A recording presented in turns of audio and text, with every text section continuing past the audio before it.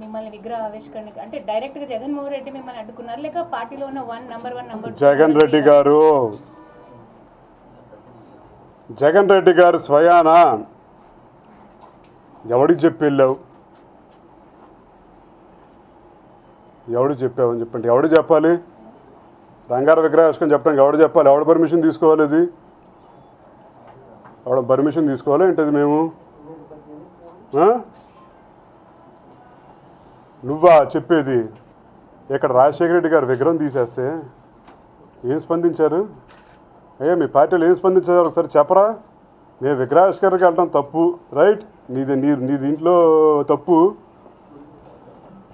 మీరు ఏం చేశారో ఒకసారి చెప్తారా పబ్లిక్కి? మీరు ఏం మాట్లాడారో? తీసి కార్యకర్తలందరూ స్టేషన్లో అరెస్ట్ అయ్యి ఉంటే బా ఏం పర్వాలేదులే అబ్బా, మరుసటి రోజు కార్యక్రమం చూడండి, మన సీఎం అయిన తర్వాత ఇంకా పెద్ద విగ్రహం పెట్టిద్దాంలే. నోరు మూసుకుని అన్నీ మూసుకుని మేము శిరసావాచ వహించాం నీ మాటకి గౌరవించి. దానికి మీరు వేసిన నింద తిని బొబ్బు ఉంటాడు ఇంట్లో. ఈడు ఇచ్చారు స్టేట్ ప్రెసిడెంట్. ఎక్కడికి వెళ్ళిచ్చారా? విగ్రహావిష్కరణకి వెళ్ళనే ఉన్నోళ్ళు, విగ్రహావిష్కరణకి వెళ్తానే వెళ్ళనే ఉన్నోళ్ళు ఎక్కడికి వెళ్ళిస్తారు మీరు ఒకసారి చెప్తారా? నా క్యారెక్టర్ మొత్తాన్ని మీరు 4 సంవత్సరాలు పాటు చంపుకుంటూ వెళ్ళిపోయారు. అది ఏమన్నా మాట్లాడామా? నమ్ముకున్న వాళ్ళు ఉన్నారు, నా తండ్రి ఆశ ముఖ్యం అని చెప్పుకుంటూ వెళ్తూ ఉంటే అది ఒక బలహీనతగా తీసుకుంటూ వెళ్ళిపోయారు. అది కానీ ఆ బలం అనేది ఎంత ఉంటుందో మీకు, రంగా గారి బలం అనేది మీకు ఎంతో మీకు తెలియదు. అది జనం మీకు చెప్తారు. ఆ బొమ్మ మీకు అక్కర్లేదు అనుకుంటూ ఉన్నారు మీరు. అది ఏదో ఫోటో పెట్టి 2 పూలు వేసి ఇచ్చేసామని చెప్పి అనుకుంటూ ఉన్నారు. మిమ్మల్ని ప్రజలు ఎవరో క్షమించరు మీరు. అసలు ఇది ఇలాంటి పనికి మాలిన చర్యలు తీసుకుంటూ ఉంటే అసలు ఇది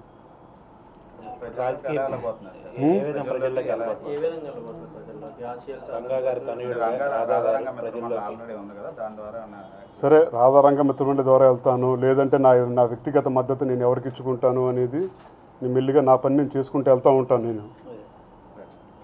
నా పని నేను చేసుకుంటాను. నా తండ్రి ఆశయం నెరవేరాలని చెప్పని నా ఒకటే కోరిక.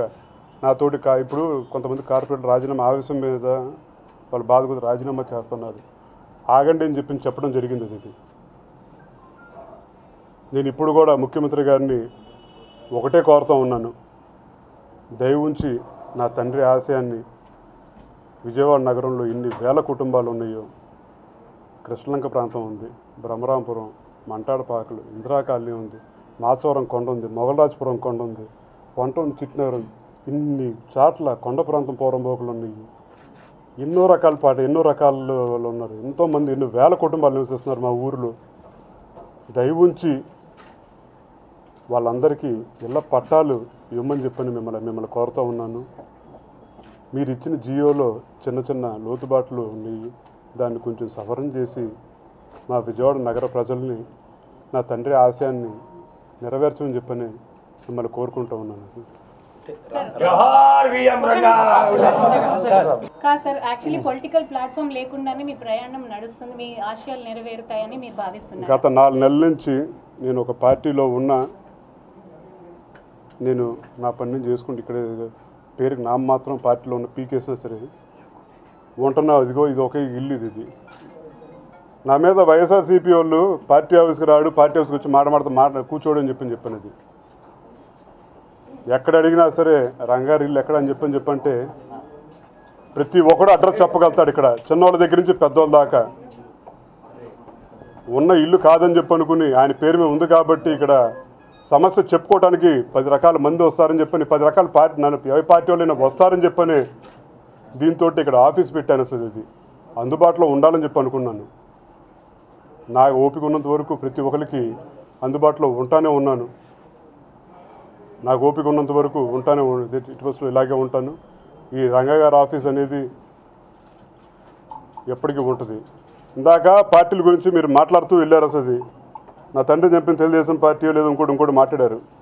ఒకప్పుడు అసలు మామూలుగా మా పెద్దనాన్నగారు కానీ అసలు రాధా గారు మాకు అందరికి పునాది వేసింది రాధా గారు. మా పెద్దనాన్నగారు అప్పుడులో పోరాడింది కమ్యూనిస్టులతో. ఎప్పుడు అసలు కమ్యూనిస్టులతో పోరాడారు. దాని తర్వాత మేము కమ్యూనిస్టులతో కలిసి 2004లో పోటీ చేసాం.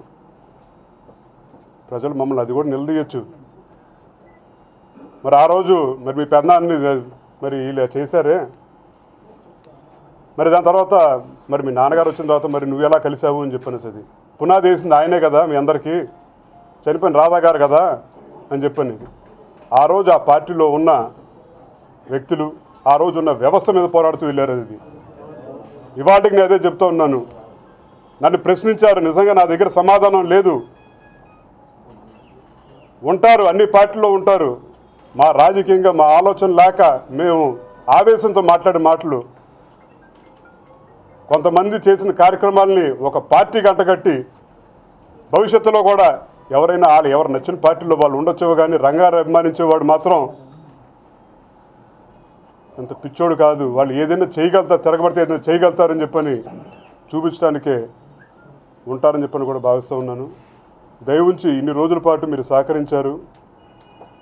తప్పకుండా కూడా రంగారు అభిమానులు మిమ్మల్ని అందరూ మీ సభాముఖం కోరుతూ ఉండాలో ఒకటి, మా ఆవేశాలతో మేము మాట్లాడిన మాటలు, ఆలోచన లేకుండా మేము మాట్లాడిన మాటలు